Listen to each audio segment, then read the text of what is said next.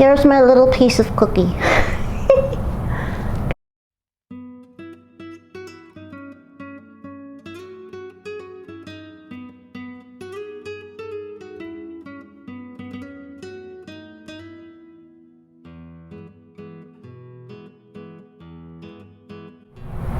Hello friends, and welcome back to Rachel's Baking Corner.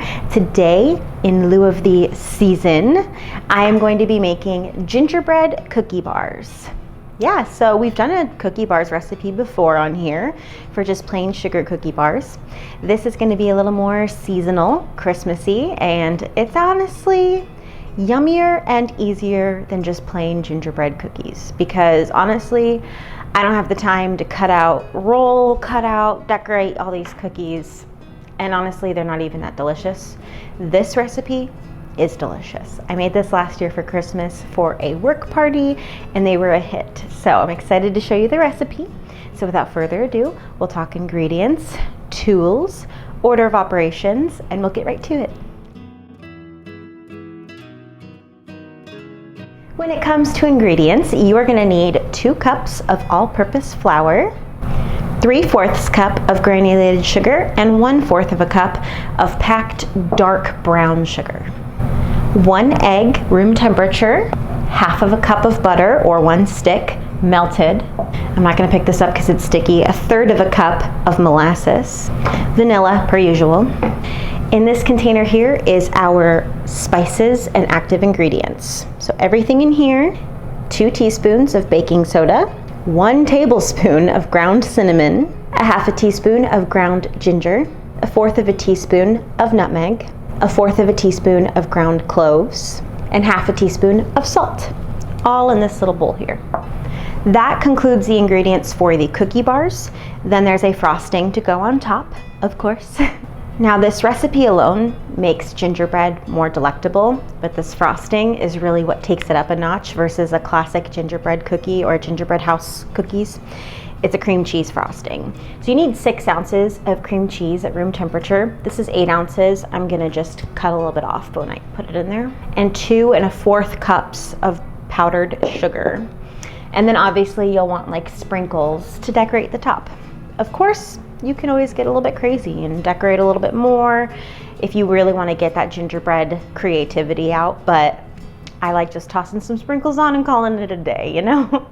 So when it comes to tools, you're gonna need a dish of some kind to cook your cookie bars in because it's not individual cookies, it's a whole slab. This is a 9 by 13 inch baking dish. This is just like a casserole dish. It's what I used last time and it worked perfectly. And I have just a piece of parchment paper to lie flat on the bottom to ensure that I can get my cookies out at the end, just in case. Whisk and rubber spatula, and then you'll probably want a mixer of some kind. You certainly could try doing this by hand. I'm not sure why you would want to, but hand mixer or stand mixer will be needed. And then I will be using my paddle attachment for the cookie bars and a whisk attachment for the frosting. And then obviously you'll need like an oven and a good attitude. So without further ado, let's start making some cookies, shall we? Yeah!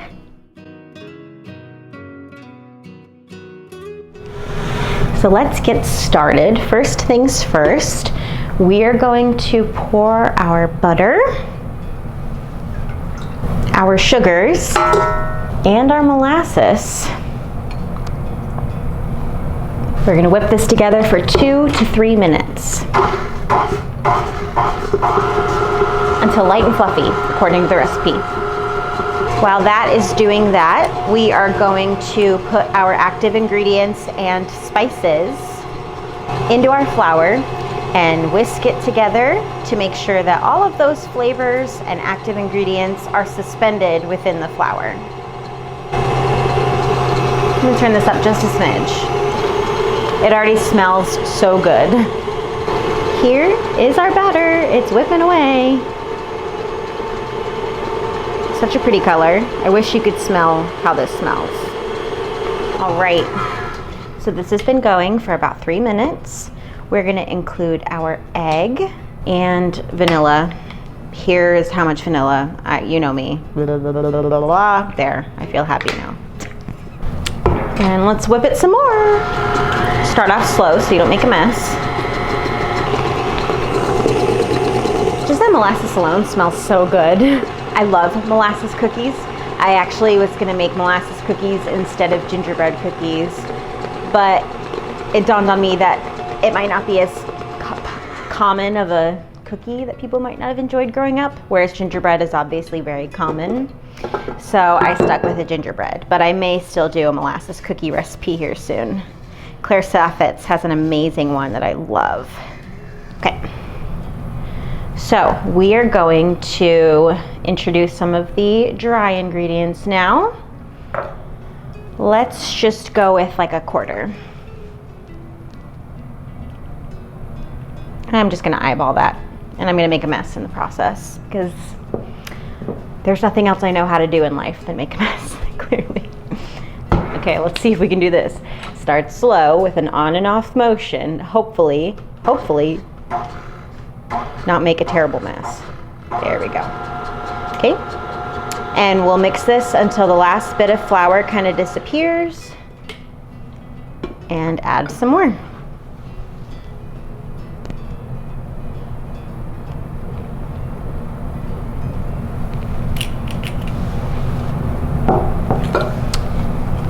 And repeat.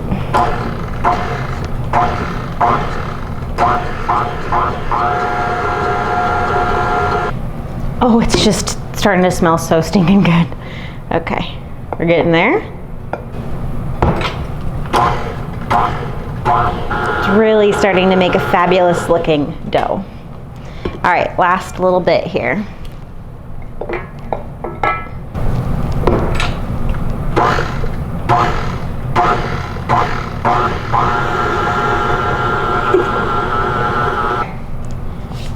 Then we lift it up, and we're gonna hand mix the rest of it.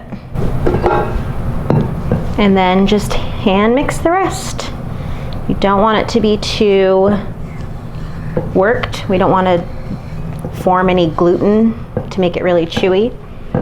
We want this to be nice and soft and delicate and cookie-like.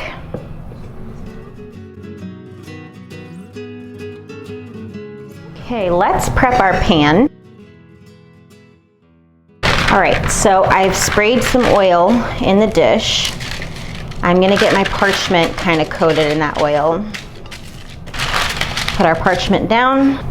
Let's get our cookie dough and scrape it in.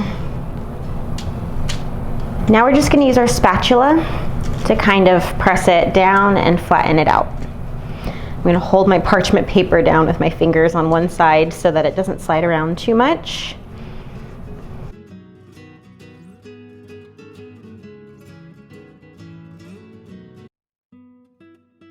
All right, it is also going to balance itself out as it bakes because of the butter, you know. It's gonna melt and fluff at the same time. So it doesn't need to be perfect, but you do want it spread out fully so that it kind of melts into its own self, basically. You don't want to leave any big open spots. All right, I could fidget with this forever, but I'm not going to because it's really not important. It's gonna sink and do its own thing, so hold please. All right, so I have my oven preheating to 350 degrees. This bad boy is going to bake for 15 to 20 minutes. I know that's two different time frames, but 15 to 20 minutes until it's darker in color. And if you toothpick test it, it should only come out with a few crumbs and not be wet. Okay, so we're gonna do that, and while that's baking, we're gonna do our frosting. All right, so for our frosting, we are gonna start by creaming the cream cheese. I've left this sitting out so it's nice and soft at room temperature. So I'm gonna just go like this. So I only need to take off like 2 ounces. If this is 8, go like that. Okay, maybe, there we go. It's very soft, clearly. We're gonna add our whisk attachment, and we're just gonna whip this up first by itself.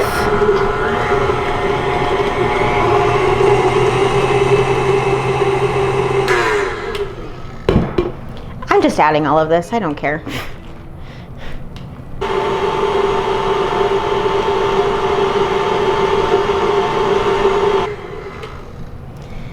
Let's add our powdered sugar. Say a prayer for me, I don't like powdered sugar.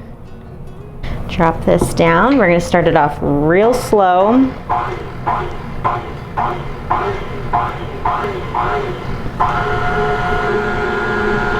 Let's add our vanilla real quick before I forget. I might have said how I don't trust frosting recipes solely because I've never liked the way they turn out. There's never enough powdered sugar or the butter ratio. Something is always just not to my taste. And so I've said before, frosting is like a person-to-person thing. If you want it light and fluffy and delicious, you're gonna need a lot more than that powdered sugar. I also added more cream cheese than the recipe called for. So I'm gonna need to add some more powdered sugar because this right now is kind of icing versus frosting, which is great, especially if you're trying to decorate cookies a little bit more fine-lined. But I'm not. I want it to be a little more whipped up, a little fluffier. So I'm gonna add some more powdered sugar. Can't tell you how much, I don't know, because I'm just eyeballing it. So let's whip this a little more.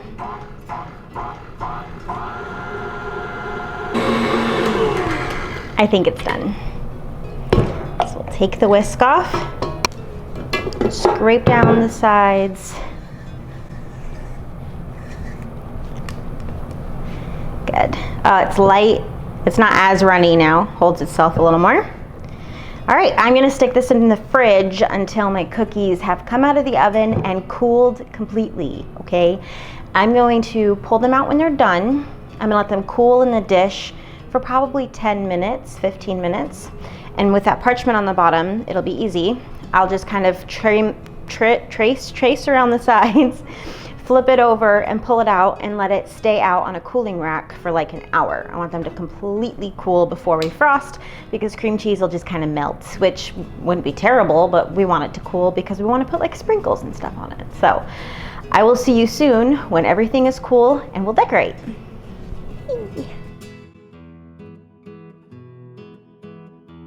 Here we are. We've got a big old slab of gingerbread cookie right here. It baked really uneven. It looked super wonky in the oven. One side was way bigger than the other, but then I flipped it out onto a cooling rack and it looks pretty level now, thank goodness. So if yours comes out a little uneven, one side is puffier than the other, as long as you flip it onto a cooling rack, I think it'll all kind of sink into the same place. But mine is nice and cooled now. It's not hot at all to the touch. I went ahead and just gave my cream cheese frosting a little extra whip so that it wouldn't be too chilled, easier to frost. And now we are just gonna slab it on. Let's just scrape this out. And let's just, whoa! Let's hold on to it. Let's try not to break it too. Just smoosh it out. And I like to keep a little bit of the border just because I think it looks cute. Kind of remind you that it is gingerbread. Rotate this around here. Oh yeah. I'm not doing anything fancy, just spreading it out. I want it to look nice and even and clean. I want there to be about the same amount of frosting across the whole thing. The edges did rise up higher than the cookie. I used a pan the exact measurements that it said, so I don't really know why that happened. But I don't think it's a big deal because, again, you can bring this frosting right up to that edge, and I think it looks charming. I'm not gonna mess with it too much. This is just an assorted pack of sprinkles. It's got some snowflakes, it's got some blue and white balls, it's got colored sanding sugar, blue and white. It's got these really pretty silver stars, and then white small pearls. I already used up these ones. So let's start with the stars, I think. No, let's start with the blue sanding sugar. Let's just put it in my hand so I have a little more control and just gently sprinkle it over top. Let's do some stars. Just kind of plop them. I'm not going to be too worried about where they go. I just want them to lay flat. Let's add some snowflakes. These snowflakes are white, blue, and silver.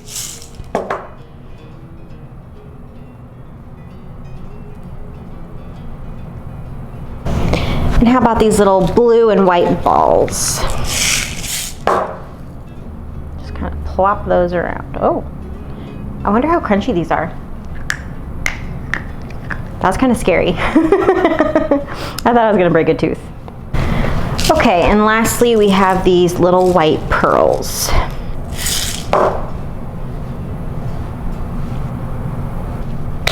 I think that's all the sprinkles. It's very cute. I think that's good enough. All right, let's get a close up.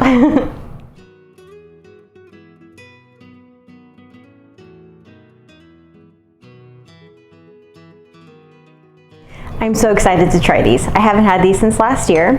I'm just gonna cut myself a little slice for right now because I wanted to be very detailed how I slice them, and I don't want to spend all the time doing that right now.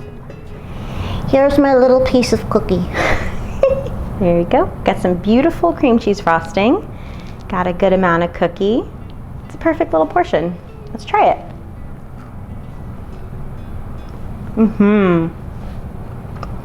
Honestly, so much better than a boring gingerbread cookie. It's chewy, yet crispy still. It's not hard. It's not like cracker. And then the edge piece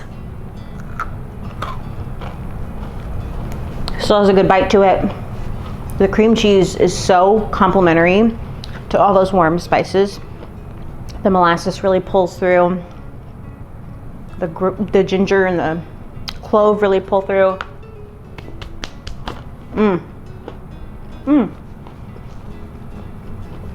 It all coats the back of the mouth and the throat. It's warm, buttery. So good. If you're gonna make gingerbread anything, I highly suggest you go the cookie bar route. It's just easier, it's tastier. People are actually gonna wanna eat it versus just look at it or build a little house with it. And that's just my opinion. All right, well that is it for this video. Thank you so much for watching. I hope if you decide to go the gingerbread route this Christmas that you try a gingerbread cookie bar. It is so much better. I've already said it multiple times. It's just better. And people are actually gonna wanna eat it. So thank you so much for watching. Like this video if you enjoyed it. Comment down below some of your favorite Christmas recipes so that I can give them a try. Subscribe, and I will see you very soon in my next video. Thank you. I love you. Mwah. Goodbye.